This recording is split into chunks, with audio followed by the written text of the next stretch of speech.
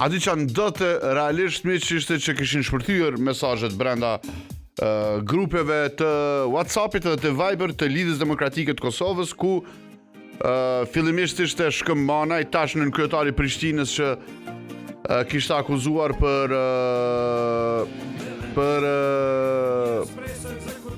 organizim kriminal të kontrollimit dhe drejtimit të votës që vinte me post nga diaspora për ndryshim të rezultatit. E vërteta është që Shkëmbi ka mbetur jashtë grupit parlamentar të Lidhjes Demokratike të Kosovës pas harit së rezultateve me vota, të cilat kanë qenë kryesisht të drejtuara tek kandidati i LDK-s nga Gjermania, nëse mund ta ndalni muzikën, faleminderit.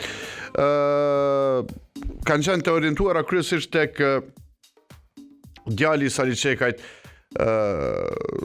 kandidati i Lidhjes Demokratike të Kosovës, tash deputet natyrisht në grupin e ri parlamentar, me që votat nga me pos janë pranuar si legjitime. Të gjitha këto vota kanë qenë drejtuara në pamonej shumica e votave të ardhura me pos kanë qenë në drejtim të tij, gjë që ka bërë që ai të ngritet për disa vende dhe të hyjë pjesë e grupit parlamentar. Shkëmbi dhe disa të tjerë të mbesin jashtë si rezultati i këtij ndryshimi. Natyrisht ajo çka është tashmë më se e kuptueshme dhe më se e vërejshme është që vota e ardhur në Almani këtu Armend Zemajn, se Armendi ishte shumë interesant se kishte reaguar. Vota që ka ardhur atë të Armendit, pak më herët që ishte si foto, ishte shumë e bukur, duhet ta lexoj. Vota që ka ardhur nga perëndimi për LDK-n me post, ka ardhur një votë e konsiderueshme, pra ka qenë drejtuar rreth një grupi të caktuar, të organizuar edhe të drejtuar nga aludimet që po i shati nga Zemaj, nga Gashi, nga Abdullah Hoti, është që kanë qenë të drejtuara nga kryetari Abdi Gjiku drejt kandidatëve të caktuar. Edhe unë kam shumë shka për të folur për dyshimet për abuzim me vota, të cilat e kanë lënduar LDK-n, jo që e kanë ndihmuar. Askujt nuk i duhet mandati me marrë në kurriz të punës së përkushtimit të devotshëm të strukturave antarëve të besnik të LDK-s. Miru takofshim në kryesi, kishte qenë paralajmërimi i Armend Zemajt. Pra, nuk po flasim për aktivist të LDK-s, po flasim për senator të LDK-s. Armend Zemaj, Arben Gashi, Abdullah Hoti, vetëm këta tre emra që po i përmend këtu nuk janë aktivist të zakonshëm të Lidhjes Demokratike të Kosovës. Janë njerëz me vite e vite në Lidhjen Demokratike të Kosovës, njerëz që kanë peshën e tyre, qoftë me votën, qoftë me përkushtimin, qoftë me kontributin, janë hisedar të Lidhjes Demokratike të Kosovës. Mos harroni, Armend Zemaj për shembull është deputeti me më shumë mandate në kuvendin e Kosovës në gjitha legislaturat. Arben Gashi natyrisht ka qenë disa vite deputet, ka qenë kryetari i grupit parlamentar, një prej njerëzve në LDK prej ditëve të para të karrierës së tij politike. Mos flasim për Abdullah Hotin, ngjashëm një histori e tërë me Lidhjen Demokratike të Kosovës. Dhe këta njerëz, do të thotë, reagimi i këtyre njerëzve përfshir këtu dhe disa aludime që Lutfi Aziri i ka bërë edhe në intervista publike. Pra, aludimi i këtyre njerëzve për orientim dhe orkestrim të votës së LDK-s nuk është reagim i disa aktivistëve të pakënaqur dhe të parëndësishëm, e cilët janë jashtë orbitës së Lidhjes Demokratike të Kosovës. Unë nuk e kam komentuar këtë ngjarje, edhe nuk e kam derisa e kam respektuar si komunikimi brendshëm brenda partisë, që realisht edhe mund tjetë në një parti me demokraci, ne të gjithë kemi mos pajtime edhe kemi diskutime të brendshme dhe duhet ta inkurajojmë diskutimin, por këtu po flasim për organizim. Është kjo pjesa kur Kujtim Shala, njëri gjithashtu nga njerëzit më të rëndësishëm të Lidhjes Demokratike të Kosovës, mundohet që brenda grupit të tërheq vërejtjen që këto diskutime duhet të bëhen në sy dhe jo në grup, edhe mundohet që të thotë që gjitha pakënaqësitë do të adresohen. Është Arben Gashi që i thotë kujt qitja emri nuk është pakënaqësi, është organizim kriminal. Ndërkohë Abdullah Hoti që jep shembullin se si një kandidat i cili nuk është votuar fare në Ravec merr vota nga diaspora e Ravecit, pra nga votuesit në diaspor, por që vinë nga Rauvesi dhe shumë shka tjetër. I gjithë ky diskutim brenda LDK-s ishte shumë brenda kornizës partijake, derisa dje nuk doli kryetari Lumir Abdigjiku për të bërë një shpjegim të çuditshëm të asaj që po ndodh brenda partisë. Dhe dua ta lexoj reagimin e kryetarit Abdigjiku për t'i dhënë pak kontekst kësaj që po flasim. Thot, të dashur mbështetës dhe qytetar të lirë. Kjo qytetar të lirë, i bie që ka qytetar jo të lirë dhe të lirë e çuditshme.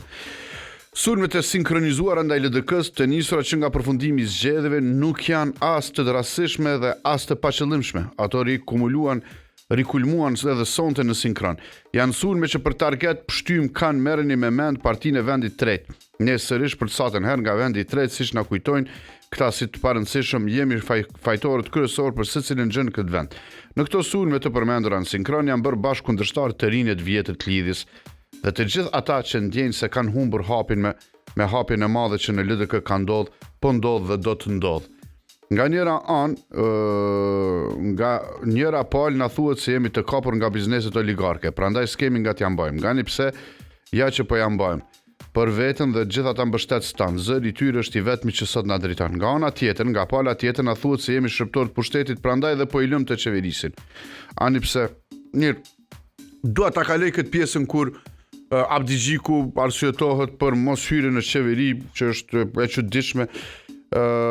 Realisht është askush besoj nuk e ka edhe problem se LDK nuk hyn në qeveri, do ta marr përgjegjësinë nëse shkojmë sërish në zgjedhje, sikur se cila parti tjetër politike që do ta marr përgjegjësinë elektorale. Thot, sa për informim, temat duhet dalë të kjo pjesa e mbledhjes së LDK-s.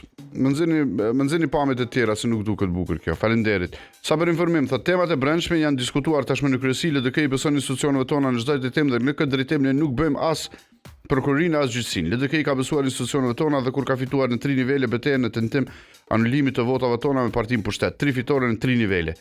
Dhe e drejta megjithatë triumfon. Pra, sipas Abdigjikut nuk ka debat sepse kjo është çështje e institucioneve dhe sa do të pa drejta që ishin këto sulme, u them të duroni sepse ato marrin përgjigje. Rrini të qetë, LDK është e fortë, unike, e përtrir, kur më bashkë se sa sot, zërat e shterur nuk e lëkundin më. Shtetrur. Kthim prapa nuk ka më, nuk ka kthim në pragun e shuarjes, por rritemi më shumë më shpejt. Dorëzimi para presionit nuk ndodh më. Do ta mbrojmë gjithë qenien time në gjithë forcën e bashkëpunëtore. Nëse Arben Gashi, Abdullah Hoti, Armen Zemaj, Shkëmanaj dhe gjithë njerëzit e tjerë që kanë shprehur aty pakënaqësi janë zëra të shterur të LDK-s, atëherë mirë LDK do duhet që dalë dhe thotë që këta janë agim velit e radhës, po mendoj në kuptimin e betejave që bën Abdigjiku dhe ndoshta qytetari edhe do të pajtohet. Por derisa është diskutim kaq serioz, nuk e kuptoj dot sulmin e kryetarit të LDK-s karshi çdo kujt e secilit, duke thënë që ky është sulmi jashtëm në teori, duke u futur në teori konspirative. Në fakt, një prej mospajtimeve të mia të vazhdueshme në kritikën time ne kryeministin Albin Kurti ka qenë pikërisht kjo, pra përpjekja për t'i fajsu të gjithë në çdo rrethon, për ta krijuar një gogol edhe kur partia i ndahej për gjysmë, po mendoj edhe kur doli grupi PSD-s atëherë. Nuk e di a e keni vërejtur, nuk ka ekzistuar në asnjë moment që Albin Kurti të ketë thënë që ndoshta kemi pas ndaj problem të brendshëm, cilin nuk e kemi trajtuar si duhet, edhe kemi bërë padrejsi, por gjithmonë e ka shpik dikon të jashtëm që ja ka shkaktuar këtë problemin. Më vije kesh me e pa Lumir Abdigjikun që prezentohet si alternativë në të njëjtën gjuhë, në të njëjtën mënyrë, duke shpjeguar se si edhe diskutimi brenda grupit të WhatsAppit dhe të Viberit të Lidhjes Demokratike të Kosovës bëhet nëpërmjet një të njëjtës gjë, pra bëhet se dikush nga jashtë po e orkestron edhe po e shtyn këto edhe po e bën këto.